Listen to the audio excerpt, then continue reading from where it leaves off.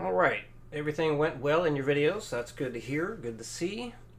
And regarding your question, um, so when you say about 30 to 45 minutes is what you have for practice, is that for the entire day?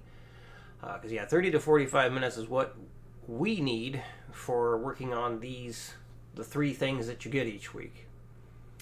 So I do agree. It's important to make sure you play other stuff that you want to, not just these things. Um, so that being said, if you feel like you really can't do anything more than the time you have for this, we probably should cut down to maybe just two things a week instead of three. Because if we do that, then you'll have more time to work on the other stuff as well. So, yeah, if you are unable to play other stuff that you want to outside of this, then yeah, let's consider decreasing the amount of stuff we do each week.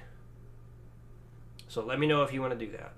Let me know if you want to go from three things down to like just two things per week. So this way you have more time to work on other things you just have fun playing. Because yeah, it's like you definitely need to play the stuff that you just have fun playing. Trying to think if I have anything more to say to that, but yeah, I think that's about it. I feel like I'm about to start repeating myself a bunch here. But yeah, just let me know what you want to do there. Cut it down to two things a week. That's fine. We can make that adjustment. And usually, I tell people just get this stuff done first, get it out of the way, and then just make sure you play something, stuff that you have fun playing afterwards. That kind of get the more exhausting material done first. Or you might want to start off, and you can change it up, play something you have fun playing first, and then get into this. I don't know. Really depends on the person and what helps them get through everything. So you could try playing a little bit of the fun stuff before practice, or doing it right after. Because if you try and do it right after, but you're mentally drained from working on this stuff, that could be a problem. But it could be uplifting as well. Anyway, yeah, so let me know what you like to do there. So the new number one, like all three of the new things are kind of building from the beginning. So we're basically working towards a polyrhythm where we have two chords evenly spaced across 3 beats.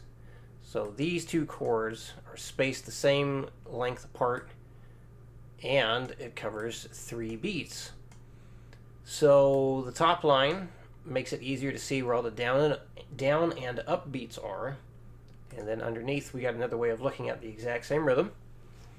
So for this, we're going to be coming in on the downbeat of 1. We strum again on the upbeat of 2. And then again on the downbeat of 4. So when doing this, to help make sure you feel the spacing properly, you're going to be moving your hand, or you're strumming the hand a lot. So a lot of people call them ghost strums. What's going to be happening here? And of course I will demonstrate. Now, so you're going to be strumming down here, and then you're going to miss an upstroke, miss a downstroke, and then hit an upstroke. Miss a downstroke, miss an upstroke, hit the downstroke. So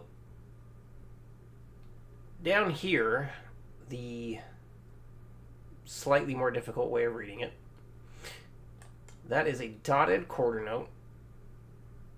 So that gets the length of 3 eighth notes. So right here you can see this quarter note tied to an eighth note. And a quarter note is the length of 2 eighth notes. So there we got your 3 eighth notes. So this rings out across the 1 and 2. So this is being strummed to the upbeat of 2, so that goes across the and 3 and, that much right there. So the and 3 and then there's your quarter note, so that hits the 4 and rings out across the 4 and. So this right here is the same length as that. This right here is the same length as that. And of course that's the same length. They're both quarter notes. So you strum on the downbeat, and this will be strumming on the upbeat. Strum on the downbeat, strum on the upbeat. So when you're doing it, keep the hand moving the whole time. The whole time. And if you reach a speed where it feels like you can't successfully do these ghost strums, don't move on. Stay at whatever tempo that was until you get it correct. So yeah, we want all this to be put together in one whole thing. So a lot of times people will try and eliminate the ghost strums in order to go faster, but usually what happens is they no longer play it rhythmically correct. So the ghost strums are to help make sure you are playing it all rhythmically correct. Counting this, now this is a little bit different from what we have been doing. Because so much stuff is not being played, you might want to say more than just what's being played. So like, let's do something like 1, 2, and 3, 4, 1, 2, and 3, 4, 1, 2, and 3, 4, 1, 2, and 3, 4, done. Especially at the beginning. So here's like saying the other downbeats, like the 2 and the 3. It can help make sure you're in the right place with all the chords being strummed. Now, as you get going faster, I feel this sort of rhythm is easier to just say what it is you're playing, to kind of emphasize the exact thing that you're trying to do. So when you got things spaced out, really, big spaces and all that, it can be very helpful to say all the downbeats being, or that are accounted for. Like, say if you're doing something like 1, 2, 3, 4, 1, 2, 3, 4, 1, 2, 3, 4, 1, 2, 3, 4. Stuff like that can be helpful to count all the beats to make sure you're not getting, doing too little beats or too many. So anyway, I hope that all makes sense. Time to play. So keep the hand moving. Here we go. 1, 2, 3, 4, 1, 2, and 3, 4, 1, 2, and 3, 4, 1, 2, and 3, 4, 1, 2, and 3, 4, done. 120, 1, 2, 3, 4, 1, and 4, 1, 2, and 4, 1, 2, and 4, 1, 2, and 4, done. 180, 1, 2, 1, 2, 3, 4, 1, 1, 4, 1, and 240, 1, 2, 1, 2, 3, 4, 1.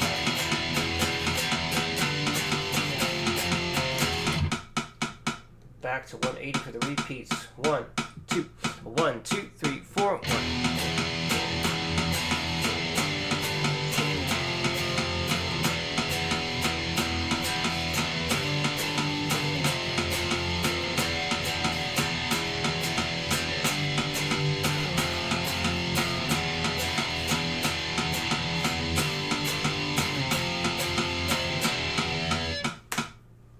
All right, number 2. What we're going to do next is basically just take this and do that. So this is the polyrhythm. So we got this in a 3/4 time signature. So every bar, the rhythmic pattern begins again. So we got 3 beats every bar, and every chord is evenly spaced. So when you're playing this, the way the chords will be strummed, it continues to flip between a downstroke and an upstroke. Downstroke, upstroke, because it's on the downbeat, then the upbeat. So once again, keep that hand moving. And here we go, 60 beats per minute. Number 2. Count of 3. 1, 2, 3, 1, 2, and 1, 2, and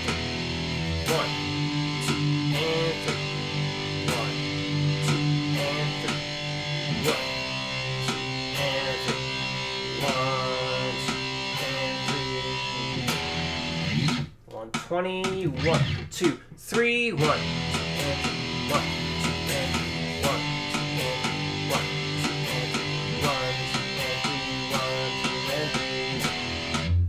180. 1, 2, 1, 2, 3, 1. Change chords too soon and the wrong chord. 1, 2, 1, 2, 3, 1.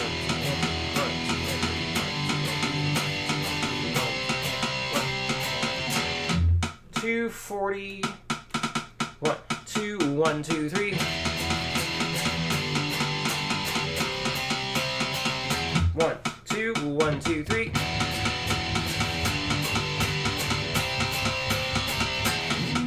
Back to 180 for the repeats. 1, 2, 1, 2, 3.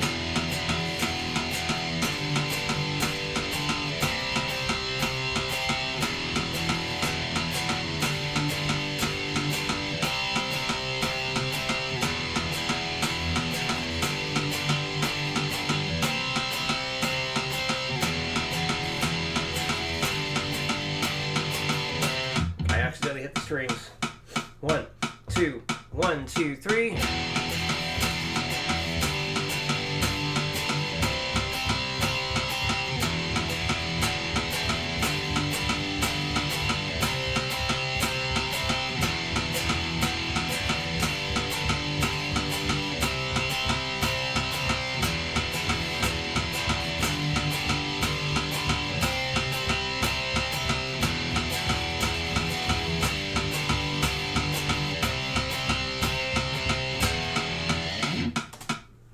Okay, number 3.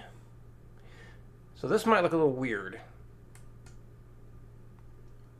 but it's the same rhythmic pattern you were just doing. So here we go, 3 beats, and the chords are evenly spaced across those 3 beats. So we're going to have the same chord for the first 2 times through that rhythmic pattern. And then we change chords, change chords. Now, this is put in a 4/4 time signature. But looking at it as if it were a 3/4 time signature could be more helpful. So just kind of visually looking at it 3 beats at a time. So working on number 2 should hopefully help with what you're going to do here in number 3. So by the time you get here, hopefully the strumming pattern is feeling pretty good. Now, down here, it's the same thing as up above. So this way, up here, you can see all the downbeats and upbeats a lot more easily. And then down here, whenever possible, I used the dotted quarter notes. So 100% the same in terms of the math. So that is the same length as this. That is the same length as this. This looks pretty much the same because you got your quarter note tied to the 8th note that's across the bar line. And then that is the same length as this. That is the same length as this. And once again, we have a tie going across the bar line. So here is the 8th note tied to a quarter note. 8th note tied to a quarter note. That is the same length as this. That is the same length as this. So when counting this, if you need to say like the extra beat numbers to help keep track of where you are, this is one I recommend counting it as if it was a 3/4 time signature. Essentially making this a polyrhythm plus a polymeter at the same time. So basically, it's a polyrhythm because you have the 2 chords evenly spaced across the 3 beats, and polymeter because this is written in a 4/4 time signature, but if you count it as if it was a 3/4 time signature, it can be easier to play the whole thing. If that's confusing, I don't blame you for feeling confused with it. It's a mouthful of stuff, but definitely let me know if you have questions with what I'm talking about. But hopefully all that makes sense. Here we go, 60 beats per minute, count of 4, because this is laid out in a 4/4 time signature. 1, 2, 3, 4, 1. 2, and 3. 1, 2, and 3. 1, 2, for 20. 1, 2, 3, 4.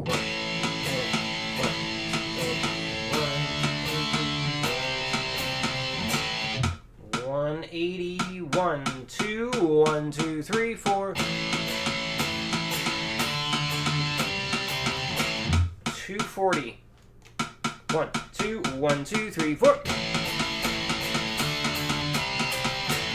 Back to 180 for the repeats. 1, 2, 1, 2, 3, 4.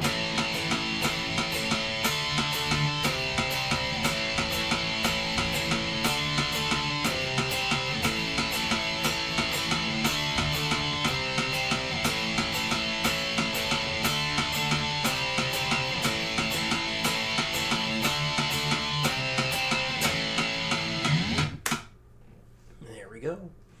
Okay, I think that covers it all. So, yeah, any questions, let me know. And let me know if you'd like to reduce the workload from 3 things a week down to 2, so you got time to play the stuff that you have fun with. All right, see you next week.